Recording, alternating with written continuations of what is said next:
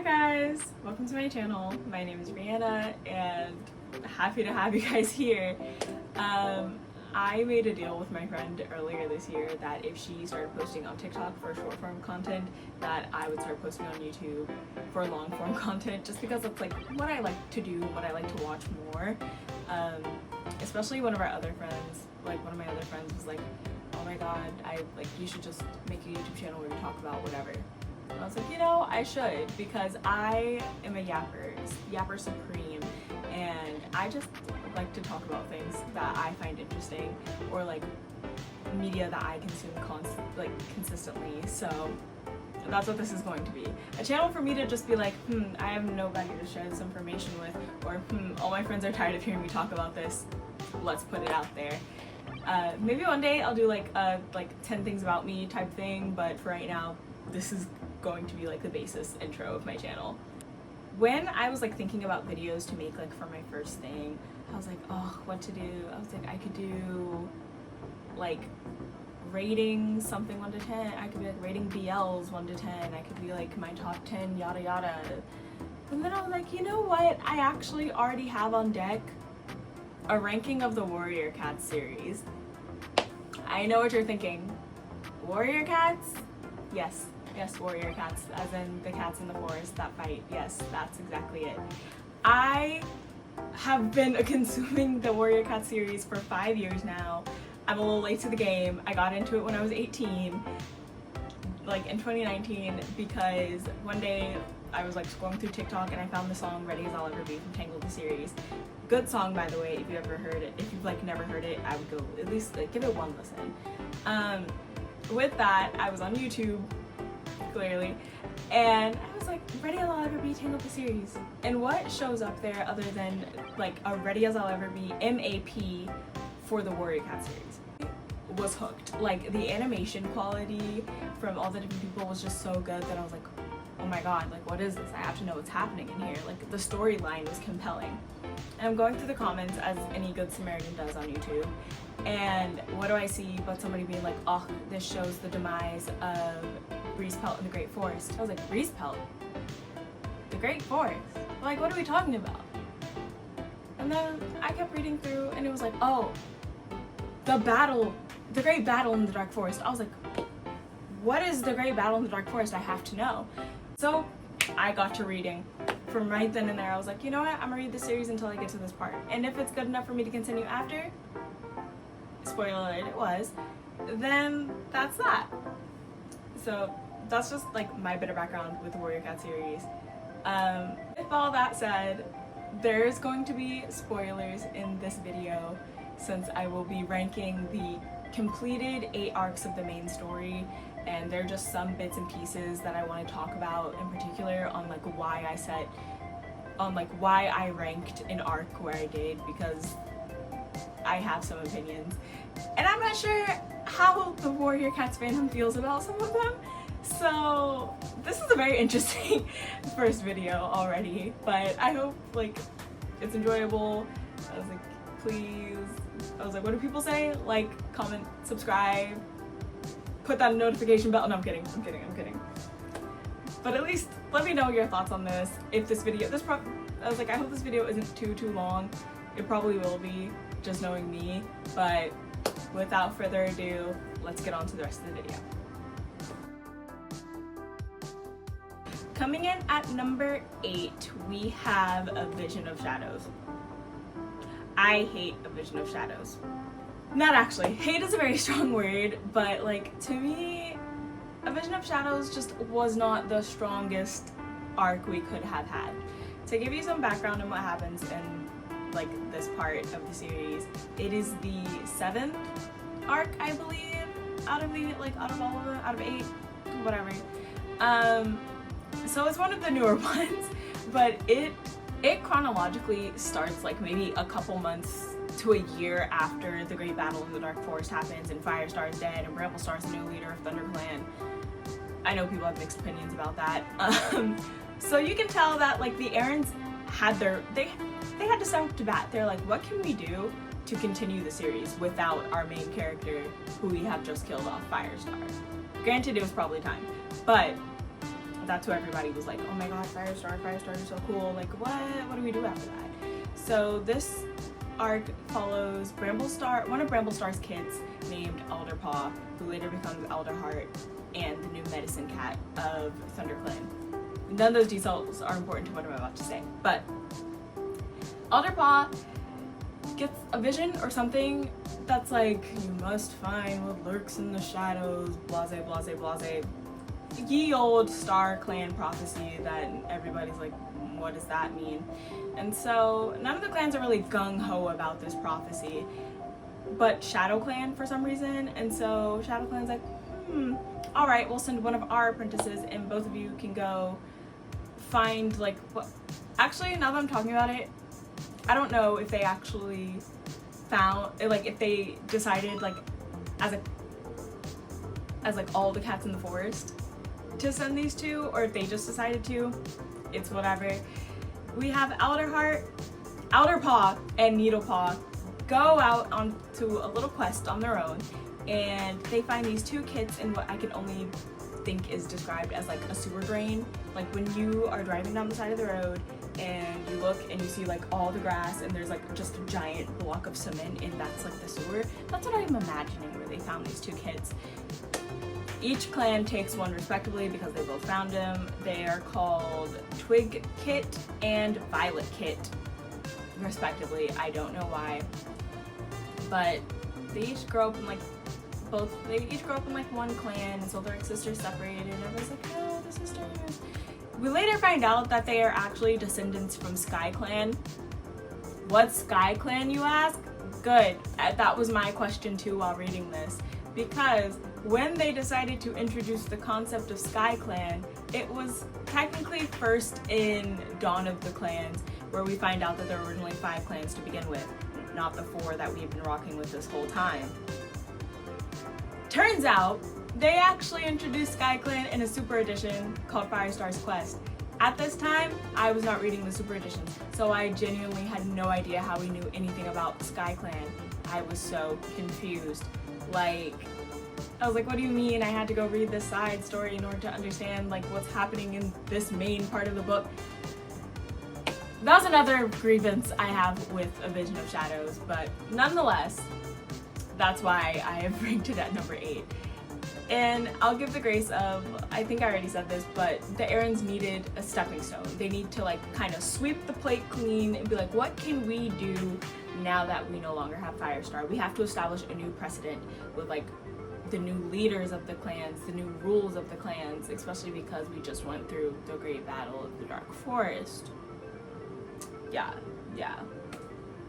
Anywho, moving on to the next, coming in at number 7.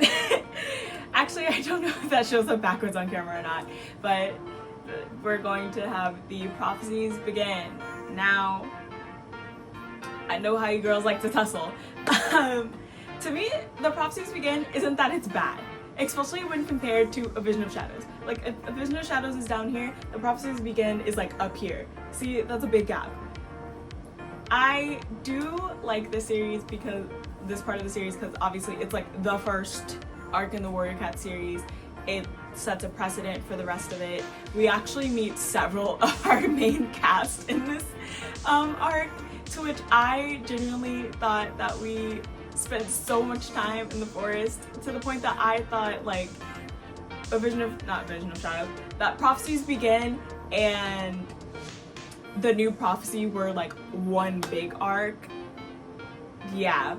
Anywho, in this one we meet our main character, Firestar, who at the time was called Rusty, as a kitty pet. And one day he sees like the cats in the forest and he's like, oh, that looks cool, I want to join them, I want to do what they're doing.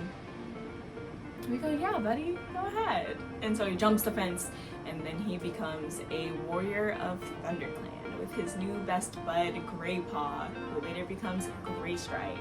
Woo, yay, woo! With all that, we are introduced to, like, I still say the best villain in the series, which is the original Tiger Star. I just think he was very well written and like had a clear motive and goal that didn't make you go, what? You know? Like the clan. not the clan, the kin. Ooh, that was bad. The kin from A Vision of Shadows. I genuinely was like, what do you mean we're not fighting them? What do you mean we're not running these people out of here? What? Tiger Star was a warrior. He was respected by other warriors. Yeah, he was a little misguided, but like, you know, at least he had facts to back up why he was doing what he was doing. Besides that, I just genuinely think that like it was a good read. I just also it's been so long. It's been 5 years. I kind of don't remember the Prophecies Begin that well. But the next part of the series, I really was like, oh, we are setting the stones for that great battle coming up. And as you remember, that is what I was really like going into the Warrior Cat series to find out about, because I genuinely was like, what is this battle? I need you to know I read the series with like, we'll get to the battle soon. We'll get to the battle soon. Like, that's what I felt like while getting through some of these. Also with this one, we are, like I said, we're introduced to so many of the cats that we like actually still currently have. Beyond me. Like, Bramblestar is born within like this arc, I believe. Oh yeah, Tawny Pelt's still kicking over there as well. It's just like Squirrel Flight born here. Like, so many of our main cast that we still have, or like even now they're kind of background cats, but like whatever, are just introduced here, and it's insane of how long they live to be. Like, what do you mean? I really thought they kicked rocks way earlier on in the series. But regardless, we're gonna move on to the next one, which is the New Prophecy. Woo! Yay! Woo! Like I said, the New Prophecy is going to be our 6th book in my ranking. 6th arc in my ranking. I put it here because this is kind of like, once again, this is like the stepping stones to the Great Battle, and that's what I was really here for, guys. I can't lie. So, in the New Prophecy, we are given this new prophecy. Duh. But the cats are faced with like the most real world problem I think we have had in the Warrior Cat series, which is deforestation.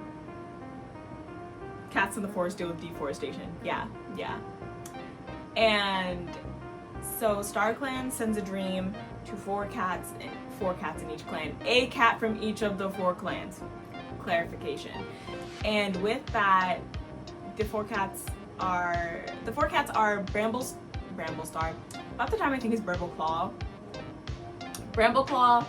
Feathertail, Crowpaw, and Tawny Pelt. And if you remember, Tawny Pelt and Bramblestar are siblings. So we also have 2 stowaways that are going to be Squirrelpaw and Stonefur. Our 6 cats go on a little quest, and they discover the Sundrown Place, to which I can only think it's like a lake or a beach. I'm not quite sure what the Sundrown Place is. It just describes like a sunset, and so the sun drowns beneath the horizon. You get the picture. Sorry, making sure my mic is still on. It is. So they travel to this place. They meet a badger called Midnight. Why is Midnight a badger? I don't know. I too am still, to this day I'm still like, why was Midnight a badger when cats and badgers have such beef? But you know, whatever. I didn't write the story. Who am I to judge? And basically Midnight's like, yeah, y'all are in danger.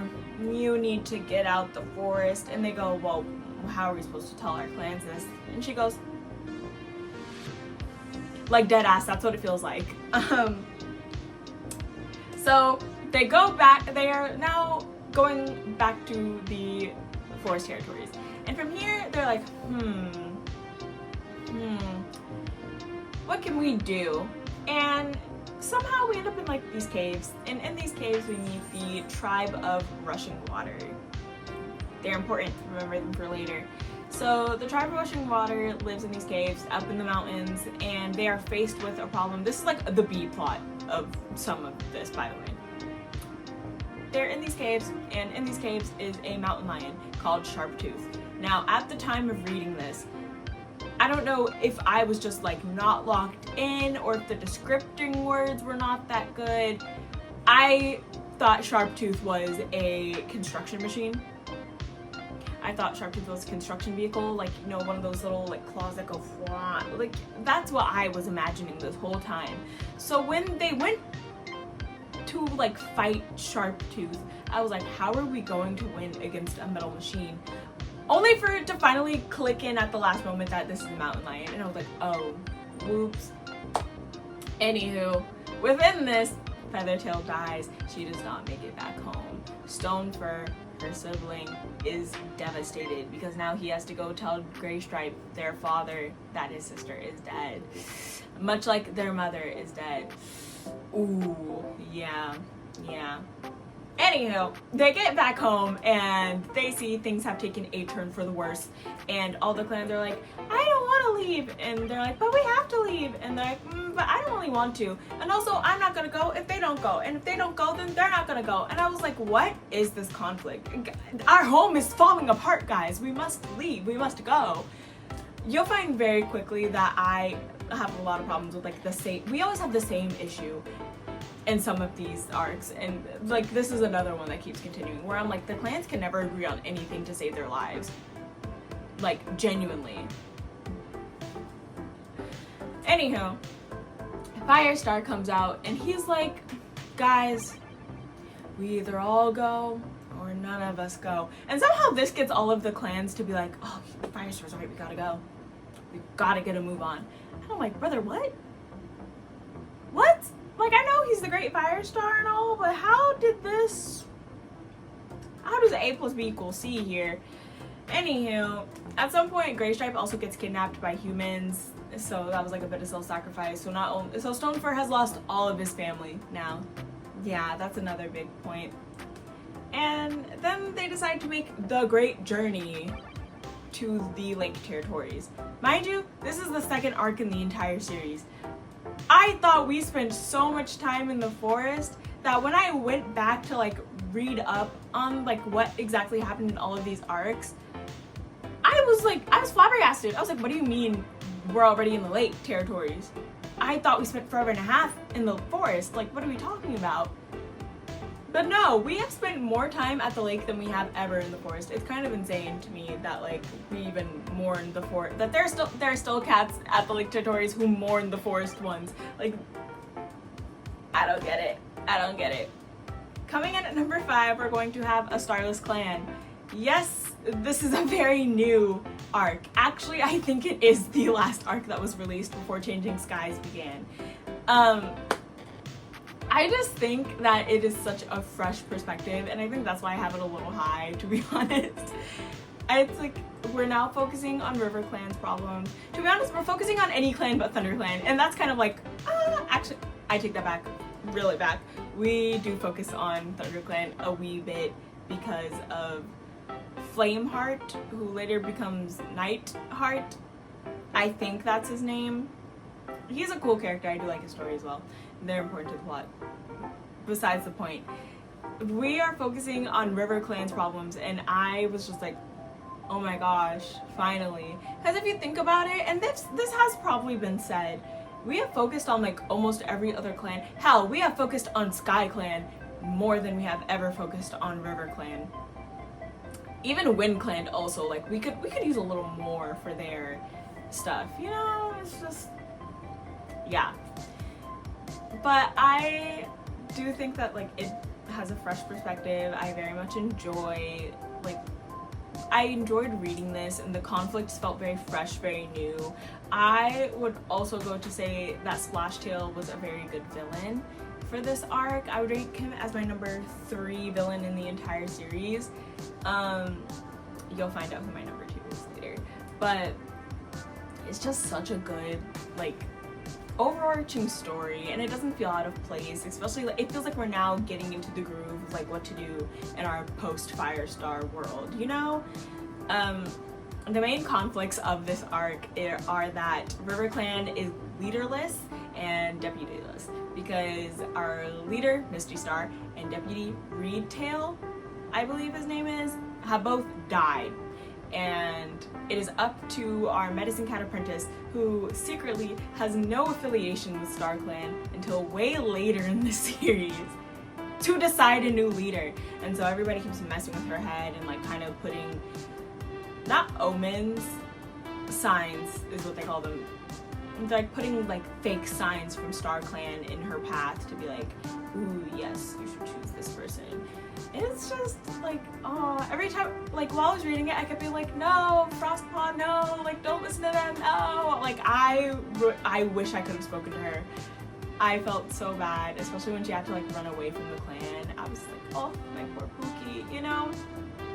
And then going back to the whole Nightheart thing, first, this dude, down on his luck, he's like, I am a completely black cat, pretty much. Why is my name Flamepaw? I too questioned it.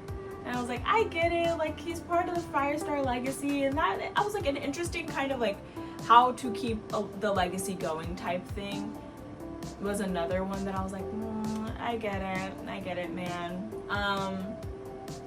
But his big conflict is that he is dealing with the clan's new rules, new warrior code.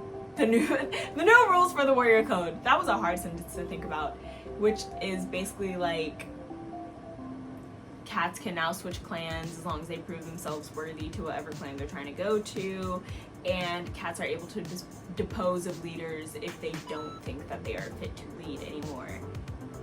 Because that was like our whole thing from the broken code, was that we were like, we need to get rid of Bramblestar, but we can't get rid of Bramblestar because he's our leader and there's no rules in place to get rid of a leader.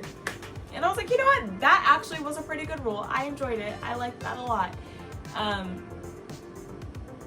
And so it's just like, I was like, wow, what a good. Another thing with this arc in particular that I was very much like side-eyeing was Tigerstar, the new Tigerstar, basically being like, he tries to distance himself from the original Tigerstar because that guy like took over Shadow Clan, he made them do his bidding, he was evil, he was nasty, and he tries so hard to like push himself away from that he ended up doing kind of the same thing, not like with bad intentions like the original Tigerstar, but it was just like, man, why are you deciding like, River Clan doesn't have a leader, I'll be their leader for now.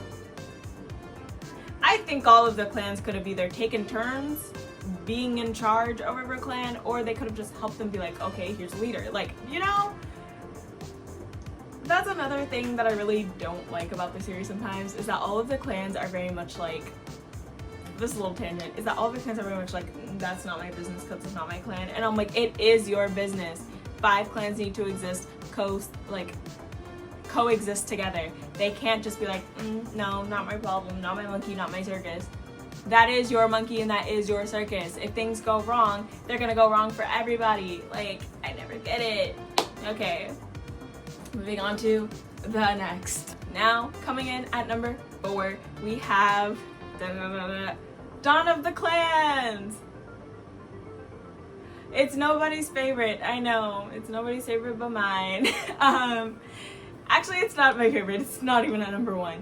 But Dawn of the Clans to me was just such a good break in between the story. And if you read like the series chronologically, like in order of events that happened in the actual series, then you would have read this first. You would have read this first. However, I just read this and I read the series in the order that it was released, and so this was like the 5th arc to be released, I believe. I thoroughly enjoyed it. At first, I was like, what is happening in here? But we're just introduced to like a fresh concept of characters, and in this one, we are learning about how the clans were even first established, hence the name Dawn of the Clans. They are actually descendants from the old tribe of Rushing Water. Remember I said they weren't important?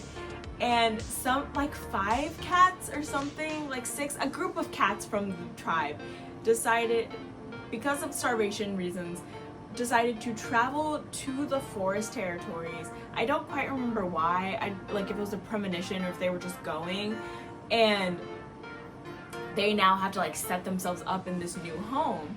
And I was just like, oh my gosh, it's kind of like a reflection of the Great Journey in a sense, because like that wasn't the cat's original home, and they're very much like, oh, this is our home, what are we supposed to do, we can't leave. And I'm like, clearly it's been done before.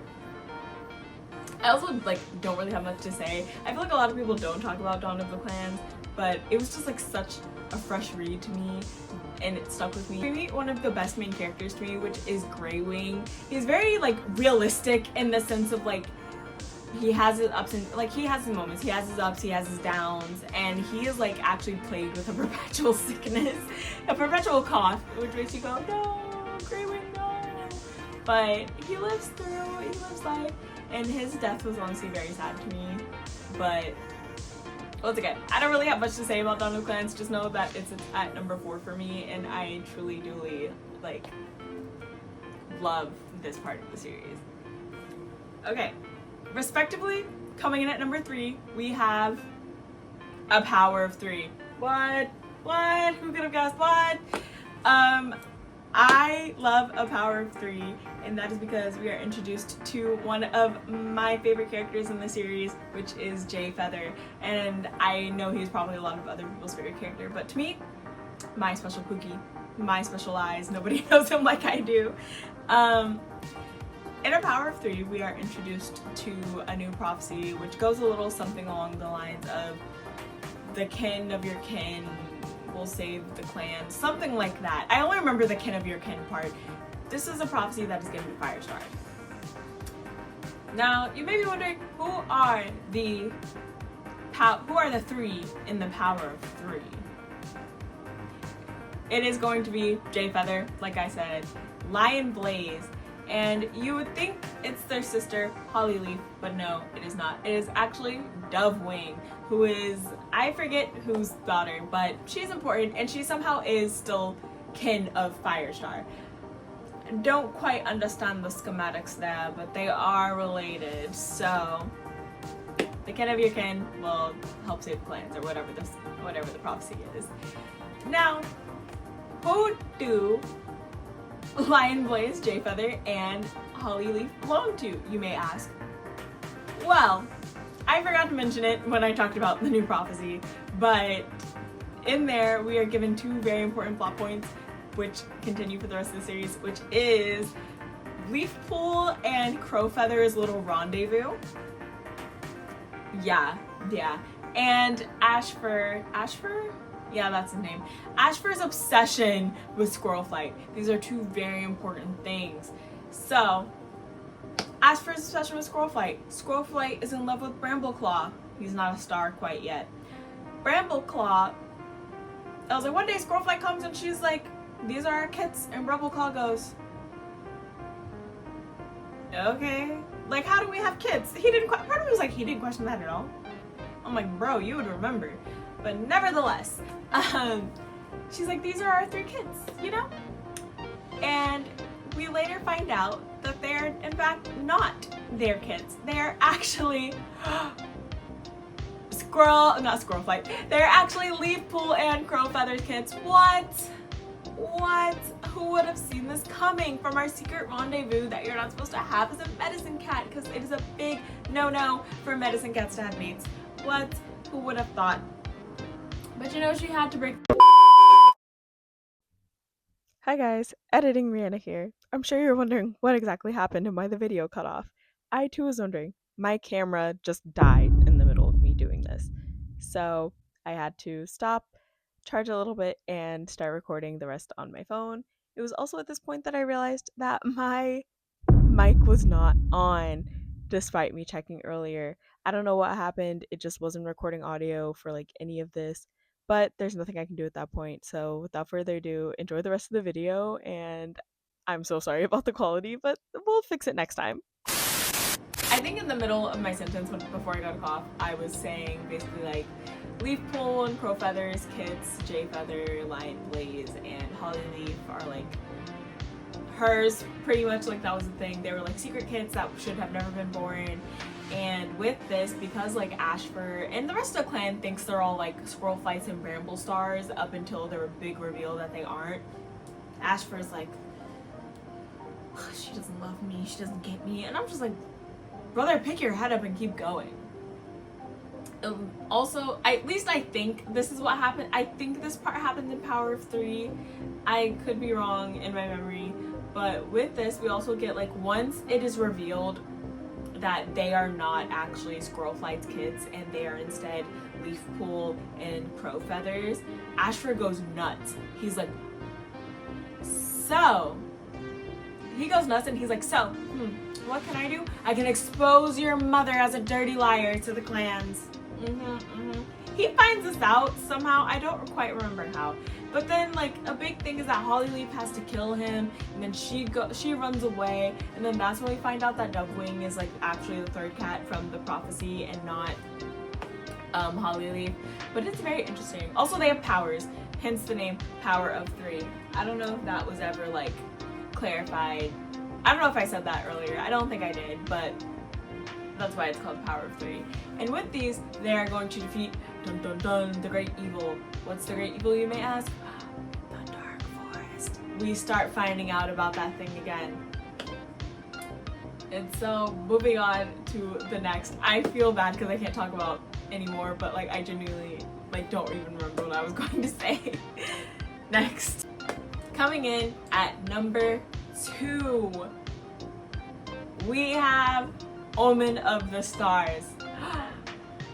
Now, I do kind of group Omen of the Stars and the Power of 3 together, but the reason I put Omen of the Stars second, and mind you, this is actually my first way before, and I'm sure you can guess what our like actual number 1 spot is, but for a very long time, Omen of the Stars was like my number 1 arc in the Warrior Cats book series. Can you guess why? It's because it's when the great battle happens. Yeah, it's because at the end of this book is when the great battle finally happens. And it's just like seeing everything come to fruition. You're just like, oh my god, they set this up in the new prophecy. Oh my god, they set this up in the Power of 3. Oh my god, this was set up here. Oh my god, like every part of Omen of the Stars just felt like it felt like fan service to me, and I was a fan being serviced. Yep, for sure. This is also where we finally are like figuring out what exactly is the Dark Forest. Like, what is happening there? We find out that the Dark Forest is where all the bad cats go who did not follow the warrior code while they were alive. Yikers. With that, we are introduced to the concept of them like being able to go into normal cats' dreams, not just like medicine cats like the, what are they called? Like Star Clan does. But with that, like one of our main characters is Ivypool? Is that her name? I think it is. I'm really bad with some of the warrior names, guys. They all sound so similar at some point. They're just like, yeah, that one. But Ivypool is jealous of her sister Dovewing being trained to become like this great new, because she's part of this like great prophecy, the kin of Firestar's kin, blah blah blah. So she starts getting these dreams, and so she turns to the Dark Forest where she believes, and a bunch of other cats believe. We also have Little Tiger Star, who I think is also called Tiger Claw as well. Or is it called Tiger Heart? One of the two names. Anywho. They're in the Dark Forest, and they're meeting, and they're fighting, and they all think that they are training to become better warriors until it's finally revealed that the Dark Forest actually just wants to take down all of the living clans as well as Star Clan, and they want to rule the world pretty much. And it's like, what? But like, this is the big bad we've been leading up to, and I was so excited reading like this arc. It is so good, and it sits very like dear in my heart. And a matter of fact, I actually had a hard time deciding whether or not she would be dethroned by like what the actual number 1 spot is, but I just think it's so good. I can't really say anything else about it. Another big thing in this is that this is where Firestar dies. Rest in peace, my guy. But also, when I got to it, I was kind of like, you know, it's about time. He was like, I'm on my last life. And also it's like revealed at some point that there is a fourth cat, a part of the prophecy with the three kin of your kin. And plus yourself basically was the prophecy. And that's how we end up defeating Tiger Star. And then we finally lay him to rest. And then everything just goes whee! And I have nothing else to say because I genuinely am just like, ah! This is also like part of where I originally had a script written. This is just the part that I never got to writing, which is why I'm kind of just like rambling from what I remember. So yeah. And at number 1, we have The Broken Code. In The Broken Code, we are introduced to our like 3 main characters of this arc are Rootspring, Shadowsight, and Bristlefrost. Rootspring is the son of Tree, who we are introduced to in a Vision of Shadows. I don't think he's that important. The only important thing about him is that he can see ghosts. And guess who he passed that gene on to? Other than Rootspring, who can see ghosts. And he's like, I don't want to be a lame loser weirdo like my father, so I'm gonna pretend like I don't see ghosts. We also have Shadowsight, who is the medicine cat apprentice of Shadow Clan. However, guess what? He has no connection to Star Clan. He does not know that though, because he's being tricked and bamboozled, and he's my poor Pookie, and I'm like, no! Number 3, Bristlefrost. She's a Thunder Clan warrior. I kind of don't remember I kind of don't remember who she was. I'm not going to lie to you guys. I believe she's Ivy Pool's daughter. Fact check me if I'm wrong, but I believe she is Ivy Pool's daughter, so like that's the important thing about her. With that, our 3 main characters, we are introduced to the concept of, we kind of focus more on like, what is Star Clan? What is the Dark Forest in a sense? Because Ashfur, after he dies, and as I said earlier, he like was about to spill like this big secret to the whole clan because he wanted like Squirrel Fight and Leaf Pool to suffer. Crazy. And Hollyleaf kills him. So he goes to Star Clan, and everybody's like, what's he doing in Star Clan? He was kind of like evil, low-key. I'm like, no, but he didn't do anything, so like, he can be in Star Clan, you know, whatever. They shouldn't have let him up there. He finds a hole. That's the best way I can describe it. He finds a hole in the realm, and in that hole, he finds access to the Dark Forest. And from access in the Dark Forest, he realizes he can kind of like project into the real world. Crazy, right? And so he like decides, because I think it's like Bramblestar is sick, and he's like, I see opportunity to enact revenge and vengeance, and I gotta respect him for that. So he's like my number 2 villain of the entire series. The first one being the original Tiger Star, like I said. With this, he goes to Shadowsight, who at the time is Shadowpaw, and he starts like giving fake signs to him. He's like, Shadowsight, you should have them bury Bramblestar, my bad. He's like, you should have them bury Bramblestar in the snow while he's sick. It'll help him feel better. All of the medicine cats are like, I don't think so, but I guess if that was like something Star Clan told you, then sure, let's do it. You would think with all of their knowledge and wisdom, we wouldn't have done any of that. But so they bury Brambleclaw in the snow. Guess what? He dies. He loses a life. And in this process, his like spirit kind of leaves his body for a little bit. But guess what's over here? Ashfur's spirit. And so he sees the opportunity and jumps into Bramblestar's body, and now Bramblestar is possessed by Ashfur's ghost. What? And guess who can see Bramblestar's ghost? Rootspring! And guess what Rootspring doesn't want to be? A loser weirdo like his dad. And so he pretends like he cannot see Bramblestar's ghost for the life of him. It is so funny to see him pretend like he does not know like what that is. He's like, I don't know who that is. I don't know what's going on over there. It's just like, bro, if you are seeing a clan leader's ghost while the physical body of said leader is in front of you, you would think something is up, right? You would be like, perhaps I should look into that. But no, this guy does not do that. Also, gonna go into like a sidebar with this. The reason that I even have gotten to like up to Broken Code, because I truly could have stopped at Omen of the Stars. Like I said, that's where the Great Battle of the Dark Forest happened. That's what I really wanted to get to in the series. To which I didn't say it, but like I was a little bit like, I thought Breezepelt had a bigger part in all of that due to the MAP, and he didn't. Nevertheless, with that, I was on the Tumblr tags in 2020, and what I found was people talking about Bramblestar's ghost, and I was like, what do you mean his ghost? I was like, what are we talking about? First of all, I was like, he becomes Bramblestar? Second of all, I was like, his ghost? The Broken Code? And so then I was like, well, I guess that's my next plot point that I have interest in and to get to, you know? So, going back to like what's actually happening in the story, Shadowside keeps getting these fake visions from Ash for low-key. He starts questioning himself. He's like, these don't feel like when, I think his name's Puddle Shine,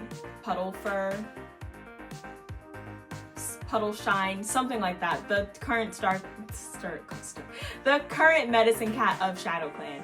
He asks him, he's like, hey, what are your visions like? And when he describes them, Shadowside's like, my visions are nothing like that. I don't think I'm getting actual visions from Star Clan. And so he starts to question it, and then Ashfur's like, I don't like you questioning. And so he like throws him off the cliff. It's crazy. And I'm just like, oh my god. I feel so bad for him the entire series. And then Rootspring and Bristlefrost somehow fall in love a little bit. I don't quite remember like how they end up getting together really. The big thing is, once everybody realizes that, yo, this Bramblestar is an imposter, because he was doing some tomfoolery in the clans, let me tell you. And, like, it was just so ridiculous to the point where I was like, nobody realizes that that's not him. Like, not a single soul. I'm like, not even your mate, Squirrelflight, is like, that's not him. Like, it just felt a little weird. And so, eventually, it all comes to a point, and they're like, we gotta go in the Dark Forest and we have to defeat him. And so that's what they do. They go in, and in this whole process, Bristlefrost dies, and Rootspring is like, no, we never got to have a life together. And then we are introduced to three new rules. I can only remember 2 of the new rules added to the Warrior Code, but basically one is if a cat loves another cat in a different clan, they should be able to join said clan, and it's decided like they can do that through some trial. The second thing is, because Bramblestar was being crazy, they were like, we should actually have a rule set in place for us to be able to depose a leader if we don't like the way they're leading. The cats learn democracy, guys. Wow, amazing. And that's just like a couple of the things that I really was like, what? While reading like this part of the series, and that's why it's like my number 1. It just stuck with me a lot. That and once again, Omen of the Stars are my 2 favorite. And to be honest, they could kind of like, either way, depending on the day and how I'm feeling, both of them are kind of number 1 to me. So that's that. With all that said and done, that is my ranking of the Warrior Cat series, the main arcs at the very least. I might do a poll, perhaps, on like what my next video should be. I have a few ideas. It's probably going to be me ranking like my top 10, not ranking anymore, ranking is a lot, but me being like, these are my top 10 BL series like of all time, because boy do I have some thoughts and I want to speak on them. But also, I hope you enjoyed this video. It is probably a lot longer than I want it to be, but here we are. I'm gonna try and post maybe like once every 2 months. I have a full-time job and I am busy, so let's accept that. I'm not trying to be like the world's greatest YouTube star. I just think I want to yap more, and like this is the best way for me to do it. So without that, I guess that's it. Bye.